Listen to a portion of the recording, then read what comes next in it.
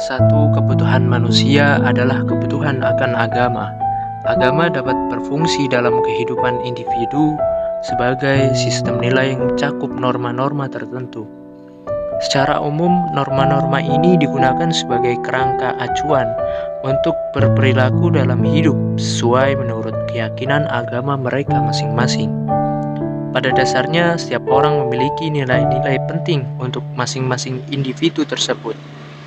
Sistem nilai ini terbentuk melalui proses perkembangan manusia dan dari hasil belajar dan sosialisasi. Informasi yang diterima oleh setiap individu dari proses ini akan meresap kepada dirinya dan akan menyatu ke dalam pembentukan identitas setiap individu. Agama juga memiliki beberapa fungsi dalam kehidupan. Ada pula sejarah-sejarah agama, perkembangan, dan metode studi agama. Selain itu, terdapat pula objek studi dalam Islam. Oleh karenanya, kami akan membahas mengenai kebutuhan manusia terhadap agama. Apa itu agama? Tentu kita semua sebagai rakyat Indonesia diharuskan menganut suatu agama, karena negara kita bukanlah negara komunis layaknya Uni Soviet, Rusia, dan negara barat lain yang membolehkan para warga negaranya untuk tidak beragama. Dalam beragama, seharusnya kita memahami substansi atau makna sebuah agama, sehingga kita menjadi teis yang kafah dalam beragama, tidak hanya ikut-ikutan saja.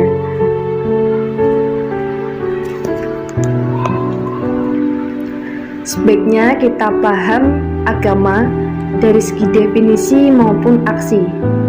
Dengan mengetahui definisi agama, maka kita akan lebih menjiwai praktik-praktik keagamaan dalam kehidupan kita. Dalam bahasa Sanskerta, agama berasal dari suatu susunan.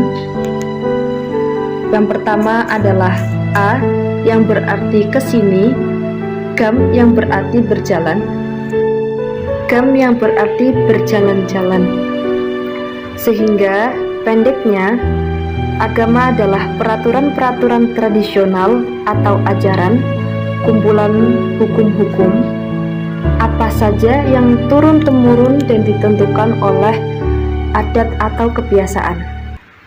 Orang Nusantara mendapati pengertian agama berupa adat, kepercayaan, upacara, pandangan hidup, sopan santun, dan falsafah hidup. Terdapat istilah lain dalam agama yang maknanya hampir sama, yakni igama atau ugama, yang artinya religi, atau dalam bahasa Arab disebut ad-din dan dalam bahasa Latin disebut religion. Definisi lain dari kata Sanskerta A dan gam, A artinya tidak dan gam artinya pergi. Jadi kata tersebut berarti tidak pergi, yang berarti tetap atau menempat, langgeng, diwariskan secara turun-temurun. Namun dari segi kerohanian, agama itu bagi kita ialah dharma atau kebenaran abadi yang mencakup seluruh jalan kehidupan manusia. Agama adalah kepercayaan hidup pada ajaran-ajaran suci yang diwahyukan oleh Sang Hyang Widi yang kekal abadi. Untuk memahami pengertian agama secara luas, ada baiknya kita mengetahui pengertian agama dari berbagai macam agama yang ada di Indonesia. Dalam agama Hindu, agama mengandung pengertian yang cukup bermacam-macam. Yang pertama adalah satya, yakni kebenaran yang absolut. Kemudian arta, dharma atau perundang-undangan yang mengatur hidup manusia. Ada diksa atau penyucian. Kemudian tapa yang bermakna semua perbuatan suci, dan brahma, doa atau mantra-mantra. Kemudian yajna adalah kurban. Pengertian lain juga sebagai dharma, yakni Dharma atau kebenaran yang abadi mencakup seluruh jalan kehidupan manusia.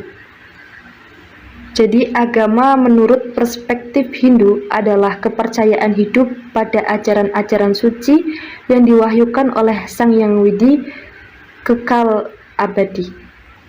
Agama menurut agama Buddha. Kaum Buddhis menyebutkan bahwa seseorang dikatakan tidak beragama apabila orang tadi tidak seksama, tidak senonoh dari kelakuan akhlaknya, dan sama sekali tidak cermat. Penafsiran yang lebih luas lagi adalah suatu badan dari pelajaran kesusilaan dan filsafat dan pengakuan berdasarkan keyakinan terhadap pelajaran yang diakui baik. Ada pula yang mengatakan bahwa agama adalah cara tertentu untuk pemujaan kepada para dewa, dewa agung.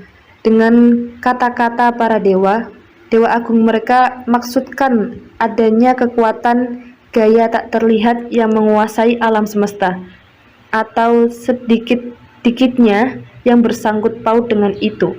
Dengan istilah agama tadi, mereka maksudkan sikap seluruh yang harus diusahakan terhadap kekuatan-kekuatan gaya itu.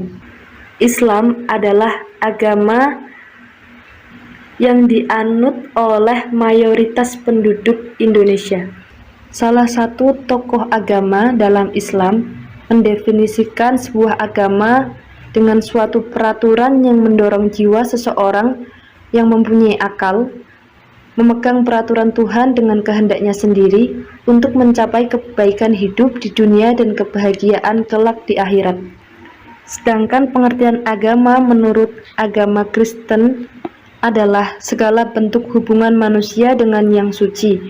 Terhadap yang suci ini manusia kurang pantas sama sekali, tergantung takut atau takwa karena sifatnya yang dahsyat.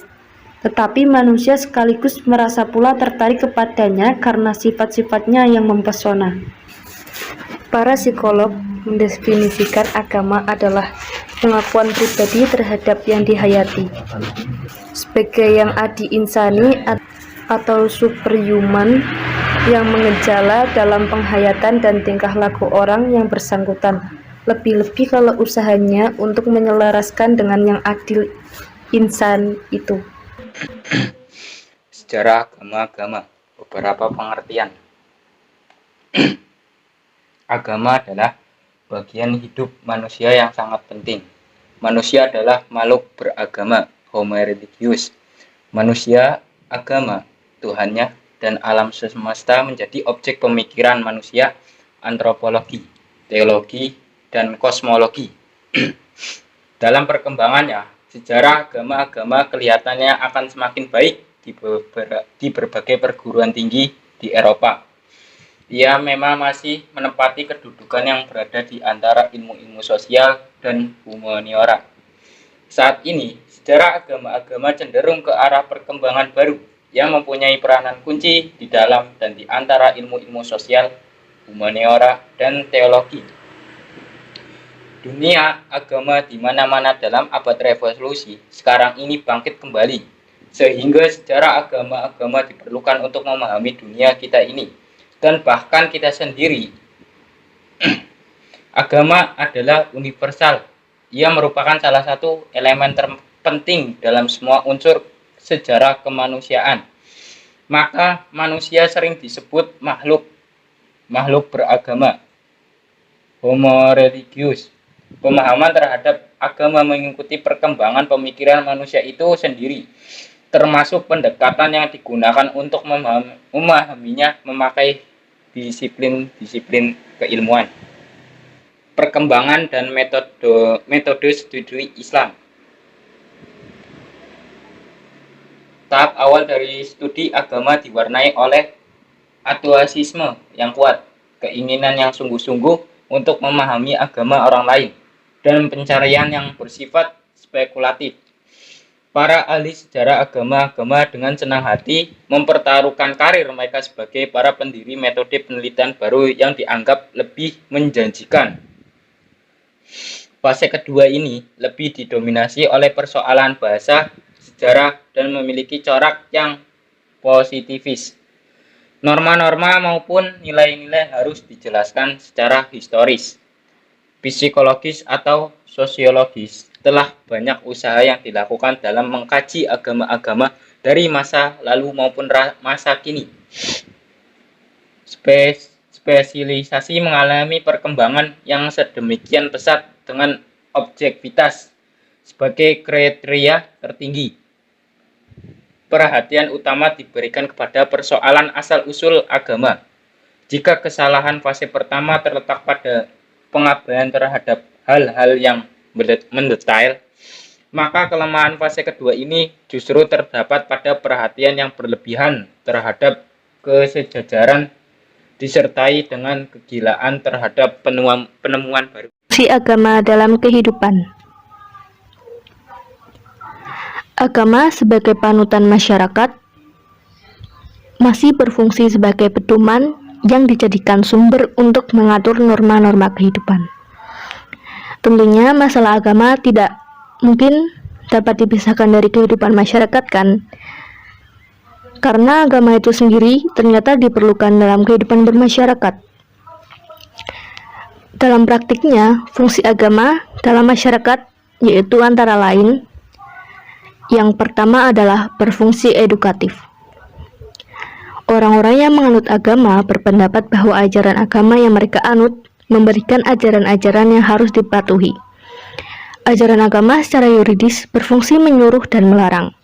Dari kedua unsur tersebut mempunyai latar belakang mengarahkan agar pribadi penganutnya menjadi lebih baik dan terbiasa dengan hal-hal baik menurut ajaran agamanya.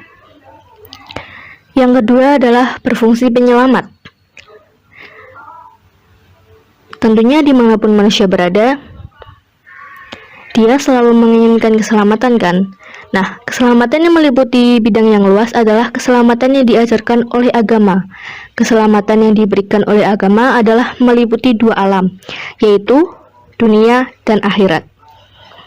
Untuk mencapai keselamatan itu, setiap agama mengajarkan para penganutnya dengan pengenalan kepada masalah sakral, yaitu berupa keimanan kepada Tuhan. Pelaksanaan pengenalan tersebut bertujuan agar dapat berkomunikasi, baik secara langsung maupun dilaksanakan dengan berbagai cara sesuai dengan ajaran agama itu sendiri. Yang ketiga adalah berfungsi sebagai perdamaian.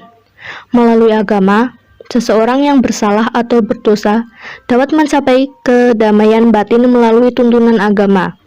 Rasa berdosa dan bersalah seseorang akan segera menjadi hilang dari batinnya apabila orang tersebut telah menebus dosanya melalui cara yang sesuai dengan ajaran agamanya. Yang keempat adalah berfungsi sebagai social control. Para penganut agama yang sesuai dengan agama yang dipeluknya terikat batin terhadap tuntunan ajaran agama tersebut, baik secara pribadi maupun kelompok. Oleh penganutnya, ajaran agama dianggap sebagai norma, sehingga dalam hal ini, agama dapat berfungsi sebagai pengawasan sosial secara individu maupun kelompok. Yang kelima adalah berfungsi sebagai pemupuk rasa solidaritas. Para penganut agama yang sama tentunya merasa memiliki kesamaan dalam satu kesatuan, iman, dan kepercayaan. Rasa kesatuan ini akan membina rasa solidaritas dalam kelompok maupun perorangan, bahkan terkadang dapat membina rasa persaudaraan yang kokoh. Yang keenam adalah berfungsi transformatif.